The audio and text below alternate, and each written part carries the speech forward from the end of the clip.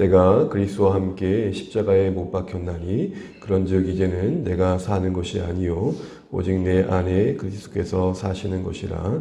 이제 내가 육체 가운데 사는 것은 나를 사랑하사 나를 위하여 자기 자신을 버리신 하나님의 아들을 믿는 믿음 안에서 사는 것이라.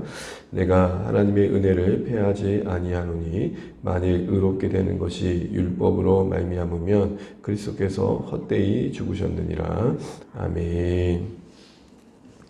나눠주겠습니다. 하늘 복 많이 받으십시오. 함께 기도하며 감사합니다. 네. 우리가 계속해서 갈라디아서 말씀을 살피는 중에 있습니다. 갈라디아서 말씀은 루터에게 종교개혁의 씨앗이 되었을 만큼 우리의 복음의 본질, 믿음의 본질에 아주 중요한 주제를 다루고 있습니다. 어떻게 사람이 의롭게 될 수 있는가라는 것이죠. 의롭게 된다 할 때 그 의의 핵심은 하나님과 피조물된 우리의 관계 속에 감히 그 하나님 앞에 설 수 없는 우리의 모습들이 어떻게 준비되어져 설 수 있겠느냐라는 것입니다. 바울은 어제 15절 이하에서부터 그 의롭게 됨의 방법들을 쭉 이야기하면서 우리가 의롭게 될 수 있는 것은 우리의 어떤 행위로 말미암지 않음을 말하면서 대비해가지고 결국 우리는 예수님의 행위, 예수님의 신실하심, 예수님이 이루신 그 모든 일을 기초하여 그 믿음, 그분을 믿는 믿음으로 우리가 하나님 앞에 의롭게 될 수 있다, 설 수 있다, 이 얘기를 하는 것입니다. 그때 의롭게 된다는 말의 의미 안엔 중요한 건 제 용서함이 있겠죠. 왜냐하면 우리가 거룩하신 하나님 앞에 설 수 없는 이유 중에 하나가 죄의 문제 때문에 그렇습니다. 그러나 그 의롭게 됨 안에는 단순히 죄의 문제의 해결만이 있지 않습니다. 더하여서 우리가 존귀한 하나님의 자녀라는 새로운 신분, 변화된 모습으로 또 새로운 삶의 원리로 인도함 받고 있음을 말하는 것이죠. 이는 마치 이렇게 비교할 수 있습니다. 우리의 통장이 소위 이제 마이너스 통장이라고 그러잖아요. 도저히 우리 힘으로 갚을 수 없는 마이너스를 갖고 있는 것.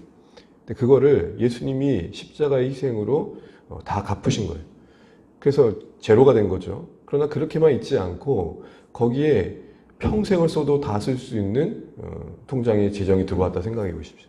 바로 그런 개념입니다.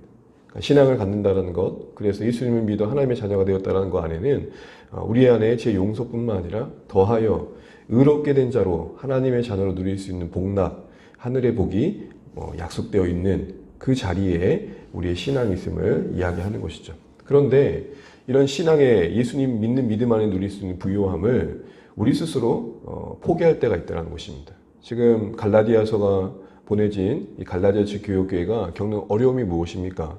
다른 것이 아니라 그 예수님을 믿는 믿음만으로 충분한 기독교의 신앙으로부터 벗어나 또 다른 행위를 동원하여 하나님 앞에 서려고 하는 그런 노력들이 개입된 것이죠. 결국에는 우리 21절에 두 개 보겠지만 그것은 결국 하나님의 은혜를 헛되게 하는 것이죠.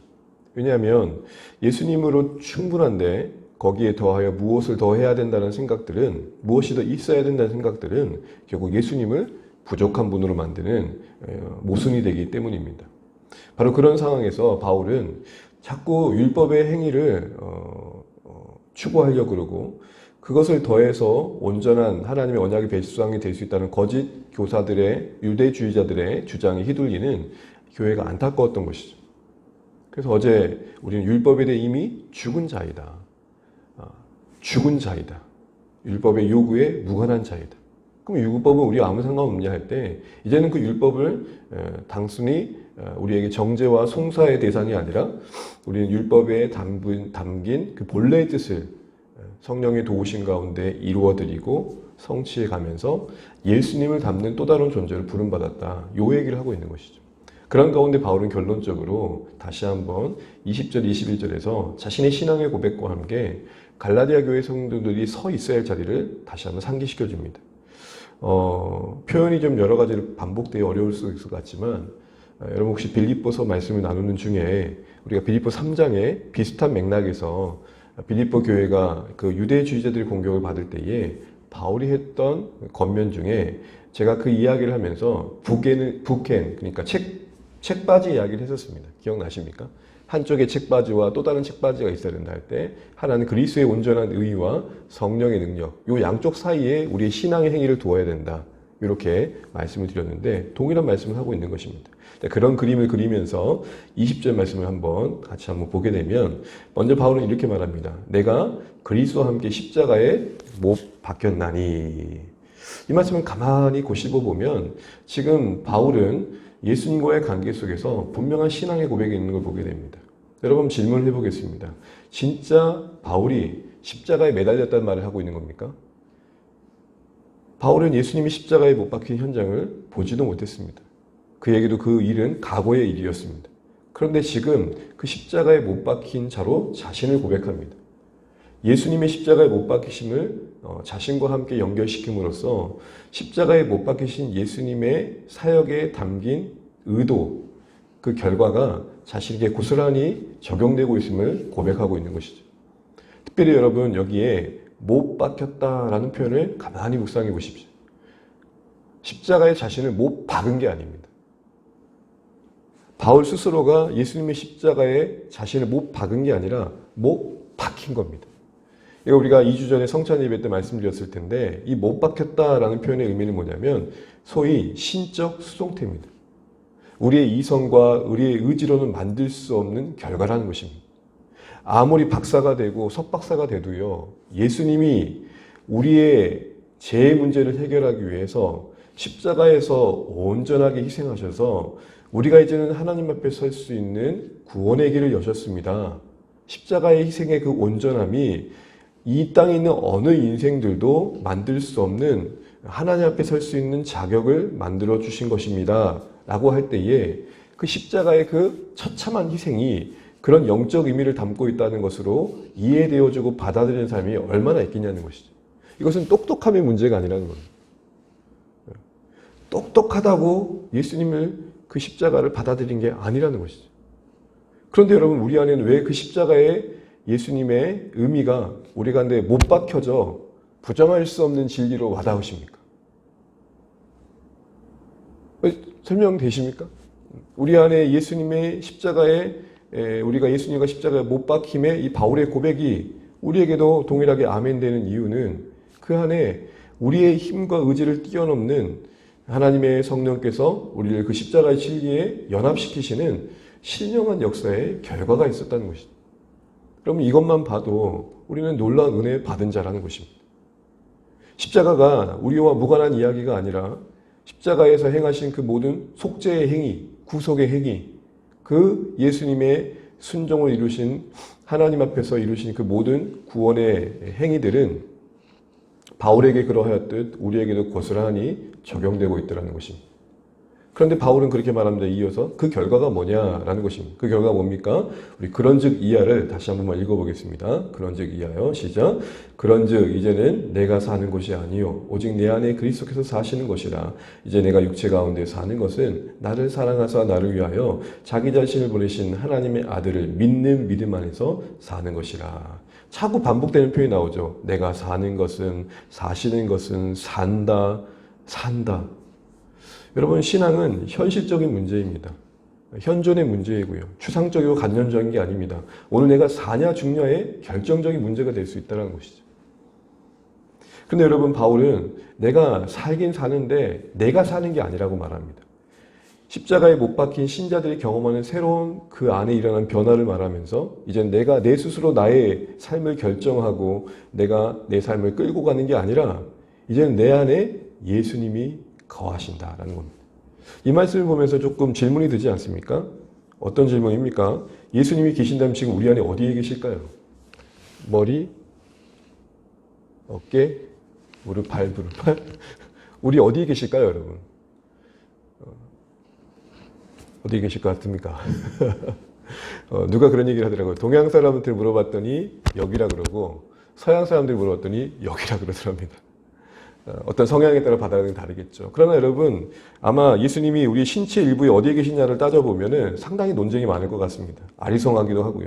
그러나 이걸 그렇게 이해하면 안 되겠죠. 물론 예수님은 우리의 모든 걸 다스리고 계시고 영향력을 끼치고 계시고 오늘의 우리의 호흡의 근원이 되어주십니다. 그러나 이걸 장소적으로 이해할 게 아니라 관계적으로 이해해야 되는 것이죠. 눈을 감고 우리가 하나님을 바라볼 때 우리와 함께 하시는 하나님이 그리스도 안에서 깊이 경험되어지는 관계 속에서의 임재인 것입니다. 나 홀로 있지 않다.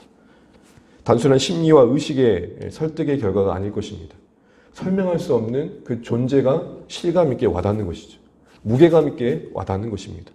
정말 하나님이 나를 보시는 것 같고 나를 붙드시는 것 같고 그걸 형상화하고 이미지할 수 있는 여러 가지 방법들이 있겠지만 결국 예수님이 나를 붙들고 계신다는 생각들을 하는 것입니다.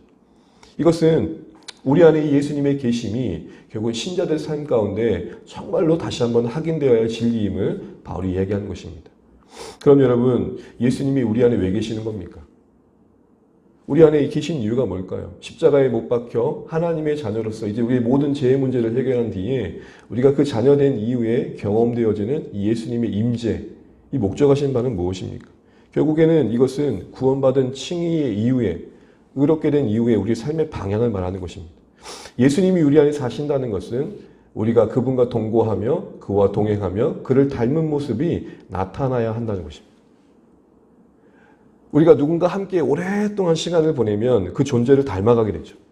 그 성품과 그 가치와 그 삶의 목표와 자세를 닮아가게 됩니다. 그래서 예수님이 우리 안에 계신다는 것은 우리가 그분과 동행하면서 그분을 닮는 존재로서 나타나야 됨을 바울이 이야기하는 것입니다. 이제 우리가 구원 이후의 관심은 거기에 있어야 된다는 것입니다.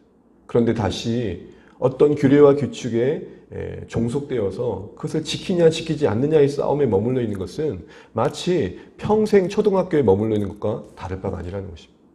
초등학교를 지났으면 중학교 가야죠. 중학교를 지났으면 고등학교 가야 되고요. 고등학교 졸업하고 그 이후에 우리의 삶이 이루어져 가야 되잖아요. 마찬가지로 오늘 지금 성경에서 이야기하는 것은 우리가 자꾸 이렇게 초등학문에 머물러 있느냐라는 것입니다.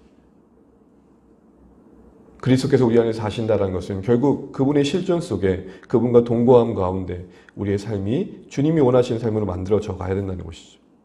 이 일에 성령님이 도우신다는 게 어제 바울이 이야기했던 부분인 것입니다. 이제는 우리가 하나님께 대하여 산자가 되었다. 성령이 우리 안에서 하나님께 대하여 반응하게 하였다. 성령님이 우리에게 진리이신 예수님을 알게 하시고 깨닫게 하시고 경험하게 하시고 고백하게 하시고 부정하지 않게 하시고 따르게 하셔서 우리 안에 그 삶을 만들어내신다. 그 은혜 안에 그 능력 안에 너희가 있다. 이 얘기를 하는 것입니다. 그런데 우리가 겪는 또 다른 싸움은 그게 우리 육체 가운데서 경험하는 거랍니다. 바로 이어지는 말씀을 보십시오. 주님이 사시긴 하시는데 육체 가운데 있는 내 안에 사신다는 겁니다. 그런데 왜 바울은 육체 가운데 있는 자신 안에 사시는 주님을 말할까요? 구원 이후에 우리의 삶이 분투의 싸움일 수밖에 없는 이유가 여기 있는 것이죠. 이 육체라는 것은 악한 자에게도 또 우리 안에 있는 욕망에게도 휘둘릴 수밖에 없는 연약함을 상징합니다. 여러분, 우리가 예수님 믿고 나서도 계속 어려움을 겪는 이유가 뭡니까? 각오하고 결심하고 품은 뜻대로 한 발짝이라도 내민다는 것이 쉽지 않다라는 것이죠. 우스갯소리지만 저희 딸이, 막내딸이 아빠 설교 노트 쭉 보여주면서 이렇게 잘 들었다고 두 가지 팁을 줬어요. 아빠, 중요한 건 좀 더 반복해 주세요. 쓰다가 못 듣고 그래요. 그리고 말을 조금 천천히 해주세요. 알았어. 어렵지 않았어? 쉬웠대요. 근데 다른 분들은 어려웠대요. 뭐지? 어떤 생각을 하게 되냐면 그러면서 그렇게 얘기하는 거예요. 정말 좋았다는 거예요. 근데요, 얼마 안 지나서 언니와 싸우면서 혈기가 나오던데요. 은혜 받았다는데. 제가 그 모습을 잠깐 보면서 나다. 딱 내 모습이다.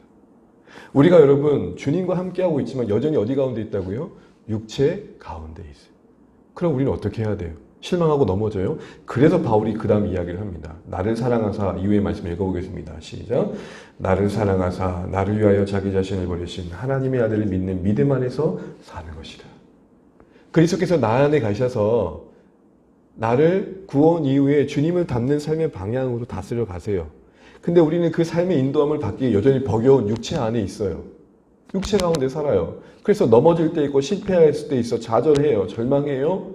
그런데 소망이 있는 이유는 이런 나를 여전히 사랑하사 나를 위해 자신을 온전히 내어주신 하나님의 아들의 믿음 위에 우리가 있다는 것입니다.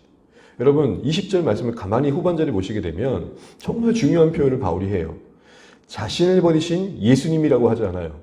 자신을 버리신 하나님의 뭐라 그럽니까? 아들이라고. 왜 굳이 자신을 버리신 예수님이라고 하지 않고 하나님의 아들이라고 할까요? 누가 우리를 위해 죽어졌냐를 기억하라는 거예요. 한 인생이 죽어진 게 아니라 하늘의 하나님이 이 땅에 내려와 자신을 내어주셨으니 그 죽으심의 가치, 그 무엇으로 비교할 수 없는 그 가치, 그 온전함, 하나님이 죽어주신 죽음이니 부족함이 없다. 그리고 그 버리심의 의미는 성찬 예배 때 나눴던 것처럼 온전히 주신 것이니 모자람이 없다. 그러니 너희들의 못남도 그 아들의 자신을 내어주신 것 안에 다 담겨 있으니 요동치 말아라. 북한 한쪽에 예수 그리스도의 온전한 의에 기대라. 왜 자꾸 혼자 뻣뻣이 서려 그러냐. 그때 십자가에 자신을 온전히 내어주신 분이 하나님이셨음을 떠올려라. 그러니 육체 가운데 사는 동안 경험할 수 있는 실패 속에서도 다시는 일어날 근거를 거기에 두어라 라는 것입니다. 그래서 여러분 그 뒤에 뭐라고 말하냐면 자신을 버리신 예수님이라고 하지 않고 하나님의 아들이라고 할 뿐만 아니라 자신을 버리신 하나님의 아들을 믿음 안에서 아들을 믿는 믿음 안에서라고 하고 있습니다. 하나님을 믿는 거 안에서라고 하지 않고 하나님을 믿는 믿음 안에라고 말해요. 거듭 반복하는 표현 속에서 좀 더 원문에 가깝게 이해를 하자면 이런 표현입니다. 자신을 버리신 하나님의 아들의 신실하심을 믿는 믿음 안에서. 어제도 반복되던 얘기죠. 그러니까 우리는 예수님을 믿는다라는 고백을 하지만 더 중요한 것은 예수님의 신실하심을 믿습니다. 이게 더 중요하다는 거죠. 우리의 의지의 닷, 우리의 믿음의 닷을 거대한 바다와 같은 예수님의 의의 바다에 내리는 것. 이게 바로 우리의 신앙의 중요한 기초라는 것입니다. 그래서 바울이 21절에 이렇게 얘기하는 겁니다. 21절 한번 읽어보겠습니다. 내가 하나님의 은혜를 패하지 아니하노니 만일 의롭게 되는 것이 율법으로 말미암으면 그리스도께서 헛되이 죽으셨느니라. 그래서 거듭 강조하는 겁니다. 교회여, 그러니 만약 우리가 그런 육체 가운데 살다가 겪는 어려움과 실패를 또 다른 행위로 보완해 보려고 하는 생각을 갖는 것은 결국 그 온전하신 하나님의 아들 되심의 희생을 우리가 헛되게 하는 거다. 그러니까 바울은 갈라디아 교회 성도들이 왜 예수님 안에서 부족함을 느끼고 율법의 행위로 달려가는지를 지적하는 거예요. 너희들이 그 불안감과 두려움과 불안전함으로 말미암은 그 허함을 뭔가 율법의 행위로 채우려고 하지 말아라. 특별히 그때 율법의 행위 뭐죠? 할례. 뭔가 든든함으로 뿌듯함으로 너희를 붙들려고 하지 말아라 라고 얘기하는 것입니다. 이 말은 당시 갈라디아 지역교회 성도들에게 유대주의자들의 주장, 야, 예수 믿는 건 부족해. 거기에 할례도 더해야 온전한 하나님의 언약의 백성이 되는 거야. 이게 통할 수 있었던 것은 자기들 안에도 예수님 안에 온전히 뿌리내지 못하고 뭐가 있었던 거예요? 육체 가운데 사는 동안 겪었던 그 어려움들을 겪고 불안했던 거예요. 근데 성경의 논리는 뭐예요? 그럴수록 예수께로. 그럴수록 예수께로. 사랑하는 성도 여러분, 가만히 우리의 신앙을 보게 되면 그럴수록 예수께 가는 게 아니라 그럴수록 내가 나를 어떻게 해볼까의 싸움으로 가지 않으십니까? 아, 내가 정신 차려야지. 아, 내가 정신 차려. 이러면 안 돼. 이번 주에도 헌금 잘해야지. 예배 안 빠져야지. 그런데 바울은 뭐라고 말해요? 그럴수록 자신을 온전히 버리신 하나님의 아들, 그 믿음 왜 그 믿는 믿음 자리로, 거기에 우리 기초를 두는 자리로, 거기에 우리의 의지를 내려놓는 자리로, 그 안에 있다는 사실을 확인하는 자리로 가야 한다고 말하는 것입니다. 여러분, 이렇게 잡고 있을 때는 몰라요. 그런데 놓고 나면 붙들고 계신 분이 주님임을 아는 거예요. 아, 이제껏 내 힘과 내 의지로 여기까지 온 게 아니었구나. 절망의 유익이 거기에 있는 것입니다. 넘어져 봐야 자기 힘으로 여기까지 온 걸 아는 겁니다. 아유, 큰일 날 뻔했네, 진짜. 하나님이 나를 여기까지 붙들고 계셨기 때문에 여기까지 올 수 있었던 거구나. 여러분, 오늘 다 잊어버리셔도요, 이거 하나 기억하시면 좋겠습니다. 그럴수록 예수께로. 오히려 우리 연약함을 볼수록 예수님이 감사해요. 우리의 부족함을 볼수록 그 온전한 희생의 사랑이 너무 고마운 거예요.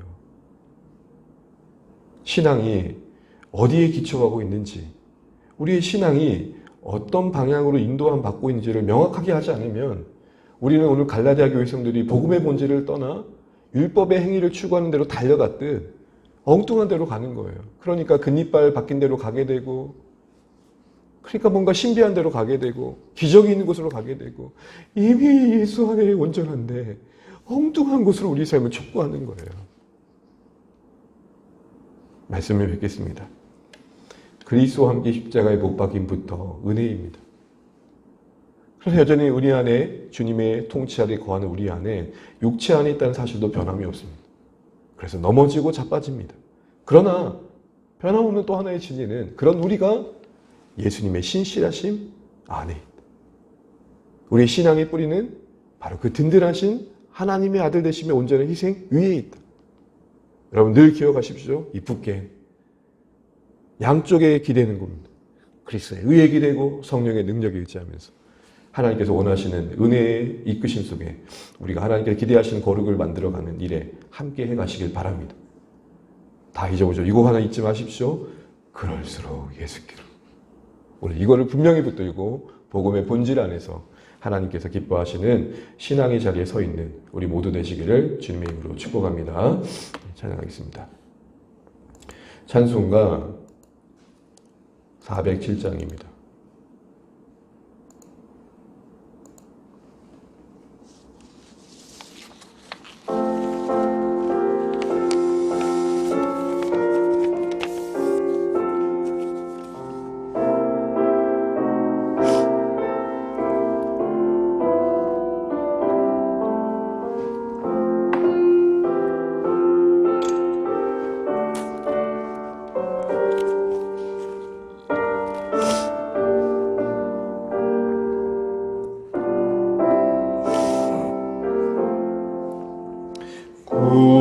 구주와 함께 나 죽었으니 구주와 함께 나 살았도다. 영광의 그날에 이르도록 언제나 주만 바라봅니다. 언제나 주는 날 사랑하사 언제나 새 생명 주시나니 영광의 그날에 이르도록 언제나 주만 바라봅니다. 맘속에 시험을 받을 때와 무거운 근심이 있을 때에 주께서 그때도 같이 하사 언제나 나를 도와주시네. 언제나 주는 날 사랑하사 언제나 새 생명 주시나니 영광의 그날에 이르도록 언제나 주만 바라봅니다.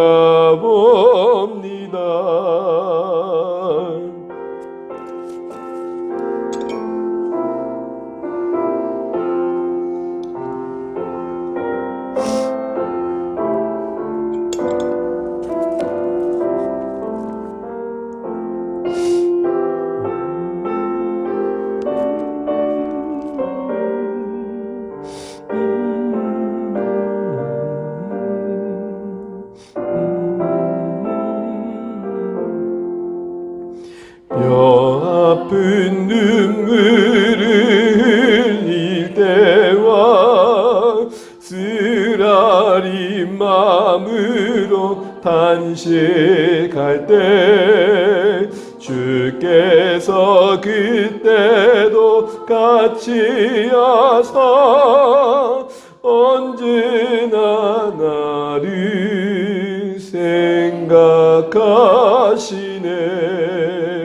언제나 주는 날 사랑하사 언제나 새 생명 주시나니 영광의 그날에 이르도록 언제나 주만 바라봅니다. 내 몸의 약함을 아시는 주 못 고칠 질병이 아주 없네. 괴로운 날이나 기쁜 때나 언제나 나와 함께 계시네. 언제나 주는 날 사랑하사 언제나 새 생명 주시나니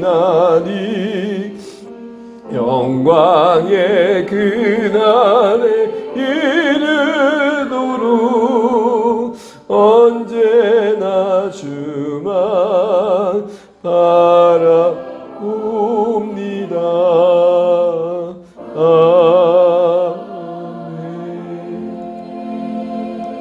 오늘 주신 말씀 또 기억하고 우리 선교지 위에도 기도하겠습니다. 먼저 오늘은 르완다 키갈리 지역을 섬기시는 박준범, 백지영 선교사님 위해 기도하겠습니다. 믿지 않으시는데 연로하신 아직 안 믿고 계시는 부모님, 아버님, 어머니, 부모님의 영혼 구원을 위해서 기도해 주시고 두 자녀 위해서 또 영육간에 또 사역하신 가운데 강건하고 성령 충만할 수 있도록 또 르완다 서민들의 형평 상황 속에 은혜 베푸시도록 기도해 주시기 바랍니다. 더하여서 주신 말씀 기억하면서 그럴수록 예수께로 갈 수 있는 우리 신앙 되기도 기도하시고 조한의 교회를 기도해 주시고 특별히 이 나라의 민족을 위해서 이 땅에 세우신 교회를 위해서 기도해 주시기 바랍니다. 우리 같이 기도하시겠습니다. 하나님 아버지 은혜를 감사합니다. 오늘도 돌아가신 한날 우리가 주의 말씀 붙들고 또 이렇게 하루를 시작하게 하시고 선교주에 기도하게 하신 것을 감사합니다. 하나님 우리 르완다 지역을 섬기시는 박준범, 백지영 교사님 붙들어 주십시오. 선교지 위에 은혜를 베푸시고 하나님 특별히 그 섬기는 그 영혼들 위해 공유를 베푸십시오. 감당할 수 있도록 힘주시고 물질적인 후원도 부족함이 없게 하시고 특별히 두 자녀 소연이 재석이를 하나님 인도하시며 특별히 우리 믿지 않은 연로하신 부모님의 영혼 구원의 은혜가 하나님 꼭 속히 임할 수 있도록 역사하여 주십시오. 또 선교사님의 사역의 현장에 정말 귀한 열매가 맺힐 수 있도록 도와주십시오. 하나님 오늘도 바울의 고백처럼 내가 그리스도와 십자가에 못 박혔다는 사실 그 은혜 안에서 하나님의 사랑을 의심치 않고 하나님의 다스림 안에 요동하지 않는 것을 보게 됩니다. 여전히 우리가 육체 가운데 살지만 그래도 하나님 변함없는 진리는 완전하신 하나님의 아들 예수 그리스도의 희생 위에 우리가 서 있다는 사실도 변함없는 진리임을 기억하고 그럴수록 예수께로 갈 수 있는 우리의 믿음 되게 하여 주십시오. 하나님 아버지 우리의 믿음의 실존이 하나님 예수 그리스도를 믿는 믿음 되게 해주십시오. 예수님의 그 신실하심을 믿는 믿음이 되게 도와주십시오. 하나님 은혜를 베풀어 주십시오. 하나님 그리스도의 신실하심에 기초하여 우리가 하나님 삶을 살아가게 도와주십시오. 아버지 하나님 무엇보다도 정말 우리의 삶이 하나님의 은혜 안에 붙들림 받게 도와주십시오. 하나님 은혜로 시작한 여정을 은혜 안에 이루실 것들을 기대하게 도와주십시오. 아버지 하나님 또 조한의 교회를 붙드셔서 1주년을 맞이합니다. 어느새 여기까지 걷게 하신 하나님의 은혜임을 믿습니다. 주여 우리를 붙드시고 걸음걸음마다 세워져 가는 가족 속에 하나님 은혜의 역사를 보게 하여 주십시오. 주여 우리를 붙들어 주십시오. 주님 우리를 살게 하여 주십시오. 주의 역사와 능력이 우리 가운데 경험될 수 있도록 주님을 축복하여 주시옵소서. 하나님 말씀하여 주십시오. 하나님 우리를 붙들어 주십시오. 우리가 하나님 영광을 바라볼 수 있도록 역사하여 주십시오.